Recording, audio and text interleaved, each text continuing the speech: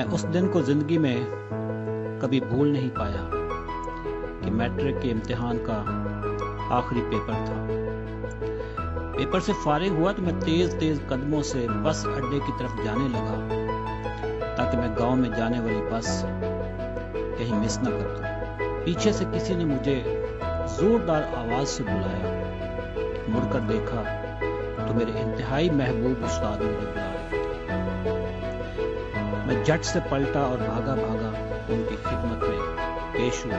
استاد محترم نے مجھ سے پوچھا کہ میرا پیپر کیسا ہوا۔ میں نے خوشی سے جواب دیا کہ سر بہت اچھا ہوا۔ پھر انہوں نے شاباش دیتے ہوئے مجھ سے پوچھا کہ بیٹا فائنل رزلٹ آنے میں 3 مہینے باقی ہیں، ان 3 مہینوں میں تم کیا کرو گے؟ سچ پوچھو تو میرے پاس کوئی جواب نہیں تھا۔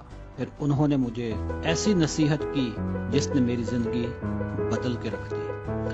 مجھے کہنے لگے کہ بیٹا اگر تم پاکستان میں گورنمنٹ یا پرائیویٹ سیکٹر میں اپنے آپ کو کسی اعلیٰ مقام پہ دیکھنا چاہتے ہو تو انگلش سیکھ لو۔ انگلش زبان کی ماسٹری آپ کے راستے میں آنے والی رکاوٹوں کو دور کر دے گی۔ اپنے استاد محترم کی نصیحت اور دعائیں لے کر میں گاؤں روانہ ہو گیا۔ اگلی صبح میں پہلی بس پکڑتا ہوں اور سیدھا شہر جاتا ہوں۔ میں نے شہر کی ایک دکان سے انگلش اخبار کی ردی اکٹھی کر لی۔ یہ ردی آپریشن میں نے لگ بھگ 3 گھنٹے میں کیا۔ میں نے 30 کلو انگلش اخبار کی ردی کو رسیوں سے مضبوطی سے باندھا اور پھر اگلے 3 مہینے میں تھا، 30 کلو انگلش اخبار کی ردی تھی، ڈکشنری تھی اور پھر میرا جنون تھا۔ ان 3 مہینوں میں میں نے اپنے کیریئر کی مضبوط بنیاد رکھ ڈالی۔ خواب بڑے تھے اور پھر جنون بھی بہت تھا۔ پھر ایک دن گاؤں کا یہ بچہ ٹرین پکڑتا ہے، کراچی پہنچ جاتا ہے، IBA کراچی کے ایڈمیشن ٹیسٹ میں بیٹھتا ہے، پاس ہو جاتا ہے، 2 سالوں میں MBA کرتا ہے۔ MBA کے بعد میں نے اپنے کیریئر کا آغاز ایک ملٹی نیشنل کمپنی سے کیا۔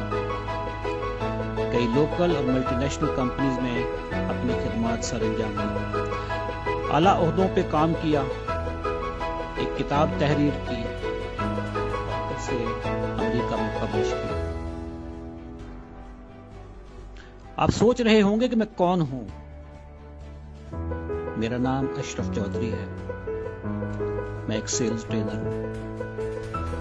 پاکستان کی بڑی کمپنیوں کے اعلیٰ افسروں کو کاروبار کے گر سکھاتا ہوں۔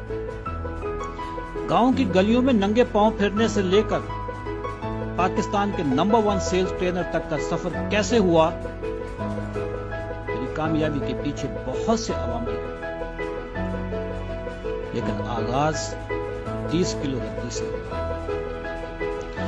انگریزی زبان کی ماسٹری نے واقعی میرے راستے کی چٹانوں کو ہٹا دیا۔